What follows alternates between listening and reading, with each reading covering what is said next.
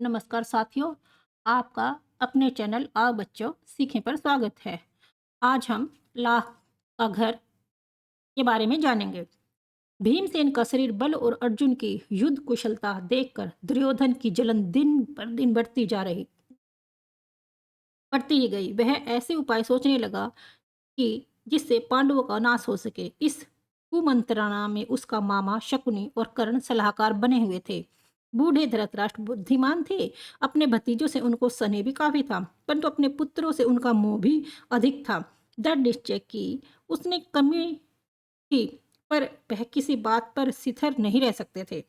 अपने बेटे पर अंकुश रखने की शक्ति उनमें नहीं थी। इसी कहानी है जानते हुए भी कि दुर्योधन कुराहा पर चल रहा है, उन्होंने उसका ही साथ दिया। इधर पांडवों की लोकप्रियता दिनों दिन बढ़ती जा रही थी। चौराहों और सभा समाजों में लोग कहते कि राजगद्दी पर बैठने के योग्य तो युधिष्ठिर ही है। वे कहते थे धृतराष्ट्र तो जन्म से अंधे हैं। इस कारण उनके बेटे, उनके छोटे भाई पांडु ही सिंहासन पर बैठे थे।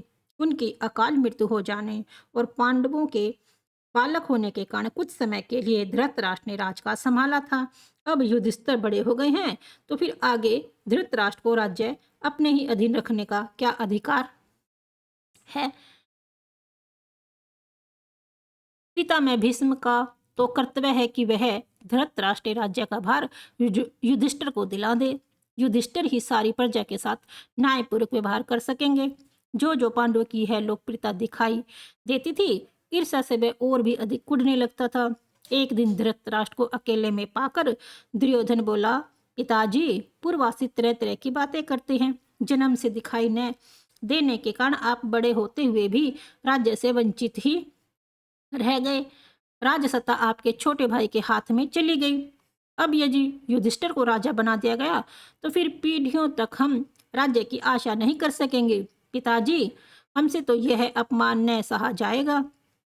यह सुनकर राजा धृतराष्ट्र सोच में पड़ गए। बोले, बेटा तुम्हारा कहना ठीक है, लेकिन युधिष्ठिर के विरुद्ध कुछ करना भी तो कठिन है। युधिष्ठिर धर्मानुसार चलता है, सबसे सम्मान स्नेह करता है, अपने पिता के समान ही गुणवान है। इस कारण प्रजाजन भी उसे बहुत चाहते हैं।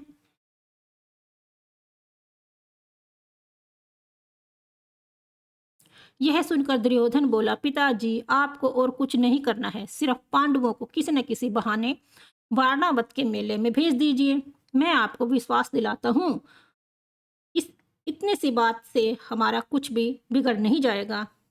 इस बीच अपने पिता पर और अधिक दबाव डालने के इरादे से दुर्योधन ने कुछ कूटनीतिज्ञों को अपने पक्ष में मिला लिया। वे बारी बारी से धृतराष्ट्र के पास जाकर पांडवों के विरुद्ध उन्हें उकसाने लगे। इनमें कर्णिक नाम का ब्राह्मण मुख्य था, जो शकुनी का मंत्री था। उसने धृतराष्ट्र को राजनीतिक चालों का भेद बताते हुए अनेक उदाहरणों एवं प्रमाणों से अपनी दलीलों की पुष्टि की।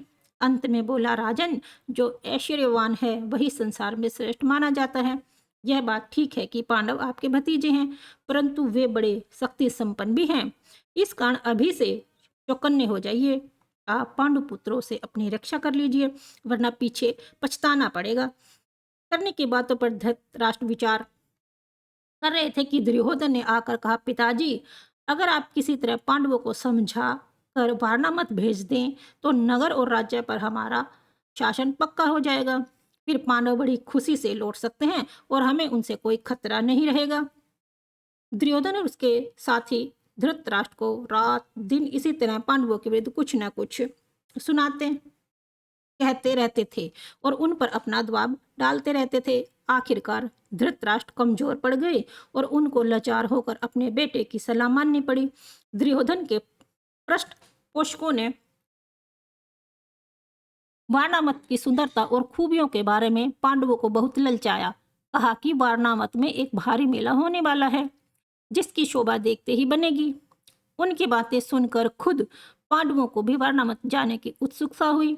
यहाँ तक कि उन्होंने स्वयं आकर धृतराष्ट्र वहां जाने की अनुमति मांगी। धृतराष्ट्र की अनुमति पाकर पांडव बड़े खुश हुए और भीष्म आदि से विदा लेकर माता कुंती के साथ वारणावत के लिए रवाना हो गए। पांडवों के चले जाने की खबर पाकर दुर्योधन की खुशी की तो सीमा न रही।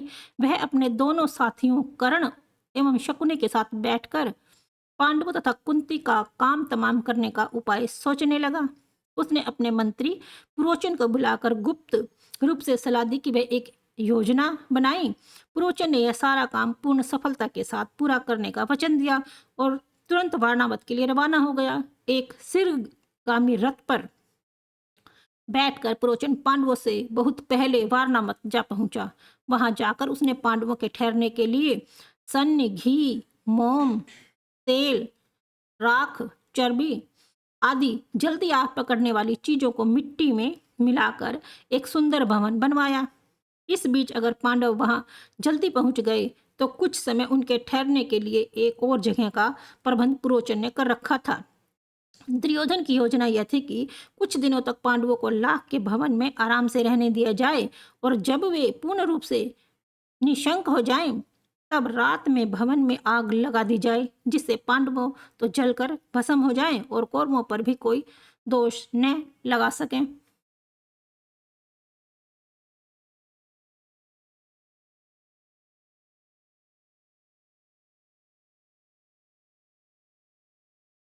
पिछले वीडियो में हमने आपसे पूछा था कि द्रोण के मित्र का क्या नाम था। इसका उत्तर है द्रुपद। दूसरा प्रश्न था, पितामह भीष्म ने राजकुमारों को किससे धनुर्विद्या सीखने के लिए कहा। इसका उत्तर है गुरु द्रोणाचार्य से। हमारा आज का उत्तर है, आज का प्रश्न है, मेला कहाँ होने वाला था। दूसरा प्रश्न है, शकुनी के मंत्री का क्या नाम था। इस दोनों का उत्तर आप मुझे कमेंट बॉक्स में बताएं। Thank you.